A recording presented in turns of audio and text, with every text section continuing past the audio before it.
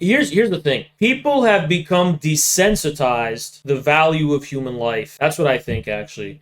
People have become desensitized to the value of human life. I feel like I have a smart TV, and a month ago I remember, I have siblings and they have Disney Plus. I logged in, and there was like this documentary about elephants, which I watched. I sat on my couch with my girlfriend, watched it, and they were like talking about the elephants, and they were humanizing them. So they were reaching a lot when they were talking about the elephants. Like there was just like a retarded elephant that was like stomping around.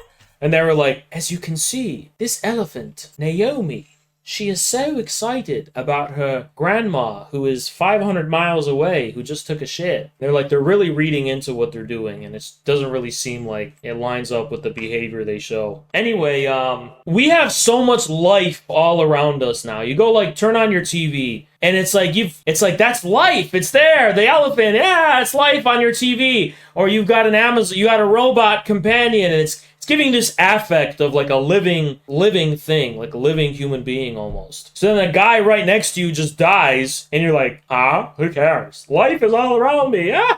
But that's a real that's a real person, right? And you're desensitized. You're desensitized because that's just like shutting off your TV. That's just like shutting off your computer. There's so much of it around you that's going on. What is the worth of human life compared to that? What is the worth of human life? I think we've lost touch with that, because I'm going to say something pretty fucked up. But I feel like for a lot of human history, part of the value we attach to human life was the fact that human beings bring content in the Jake Paul sense of the word.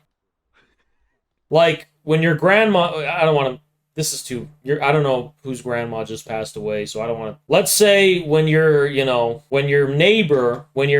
elderly neighbor was talking, it's like, oh, that's a thing that talks, tells me stories, can speak, is animated, is alive, and then when they die, they can no longer do those things. So that is a very primitive way of getting the sense of the value of life. It's like, that was a very primitive way of getting the value of human life. The content was there, and then the TV got shut off, and that made you sad. But in the age of mass media, where you go to Times Square in New York City, and there's a fucking billboard of just some fat guy going, "Hi, I'm your friend. Buy my toothpaste." There's just so much life and character and animation and content all around you, like all the time going on, right? At all times. So when your neighbor who's a grandma dies, it's like, okay, that's just another piece of that's another piece of experience that's gone, but it's a fraction of that I'm experiencing now. It's a fraction of it, right? So I think rediscovering the value of human life is an important challenge for people, because I think 99.99999% of people have no sense of what the value of human life is. And I think it's a very sad thing. Sad and dangerous thing. If you knew how miraculous and sacred human life was, I think it would change your perspective. But knowing that is a very difficult, because most people just want to say that because it sounds good, but they don't actually understand it. They don't actually understand it. And I think the only way you can appreciate the value of human life is when you make peace with never being the addressee of a person's content. Like, you need to pick out, this is some creepy shit. I was going to say, go to the park and then look across the park at a random person who you've never met and you never will meet, but that sounds creepy, so I'll just say it in these words. You have to be able to think about a stranger who you'll never know, who you'll never meet, who doesn't give a fuck about you, who doesn't know you, and you have to somehow believe their existence is sacred. And they could be really ugly, they could be fat, we are a dog society where people just love dogs so much. Why? Because a dog is always smiling, and it's always ready to be there for you, and it'll never ever say no to you. It'll never disappoint you. The dog will never disrespect you. It'll never, fall short of your expectations. So that's the dog society we live in. The dog is always there to be the addressee of your content and vice versa. So we have gotten to a point where people genuinely, mostly liberals, value the life of dogs above that of human beings. I hate humans. I love dogs, though. And some people say it as a joke, but there's some people who actually mean it, right? And they think that dogs and people are somehow on a comparable level because dogs are just more pleasant to be around. Appreciating the sacred value of human life has nothing to do with pleasantness. It has nothing to do with taste. It has nothing to do with, it has to do with the fact that a human being is a kind of, when you say sacred, you also have to understand it's an extremely, I don't want to say sensitive, because most people think of sensitive in terms of your feelings.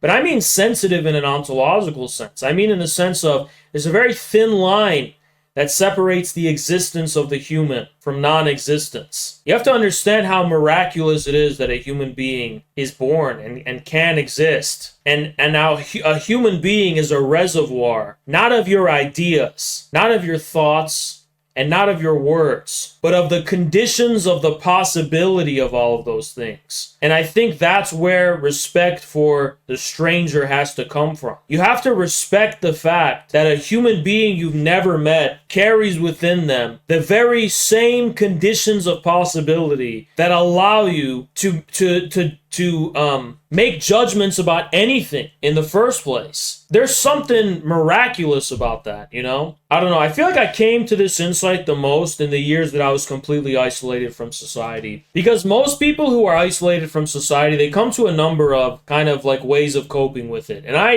I saw all of those people. I thought I was never tempted by any of it. Well, when I say never tempted, I never found any of it convincing. But I saw all of those perspectives. I just never adopted them. People who are isolated from society, who adopt a hatred perspective, an antisocial perspective, like when you lose all connections to society, how the fuck can you respect the value of human life? This is why I became maybe this is why I become such a harsh person in a way, because I could tell so much of people's morality was just based on the fact that they didn't want to be lonely. They didn't want to lose the connections that they had in whatever friend group they were or whatever social status or circle. So it's like the virtue signaling is what really, it just gave me a really like sick feeling inside, because I was like, well, what if you were lonely? What if you had no friends? What if you had no status? What if you were nothing to society? Would you still be a moral person? Would you still care about others? If there was no one for you to virtue signal to, would you still be somebody who fundamentally believes that human life is sacred? And for 99% of people, it's like, nope, they would not. They definitely wouldn't. And, you know, there's a lot of ways to test it, but you can test it and you can see it's like they really wouldn't. People don't have charity. They don't have charity. Would I mean, motherfucker, that was me. I was isolated for years. I mean, even before the lockdown, COVID lockdown was one of the years, but for a year or two before that, I would gradually just fell out. You know, no friends, nothing. And so that was me. And I did have to struggle to find some kind of faith or some kind of belief. Because I was still a very, like, fanatical communist. And I just was struggling with that and struggling to understand that. I've said this before, I don't really trust anybody who's any kind of ideology, who's never had that experience of, like, I'm cut off from everything, the whole world. Right? You know, so the question of, well, would I still care about human beings? Well, it's like, I was in that position, and, you know, for me, I never regressed to the status of being one of these satanic motherfuckers. Never.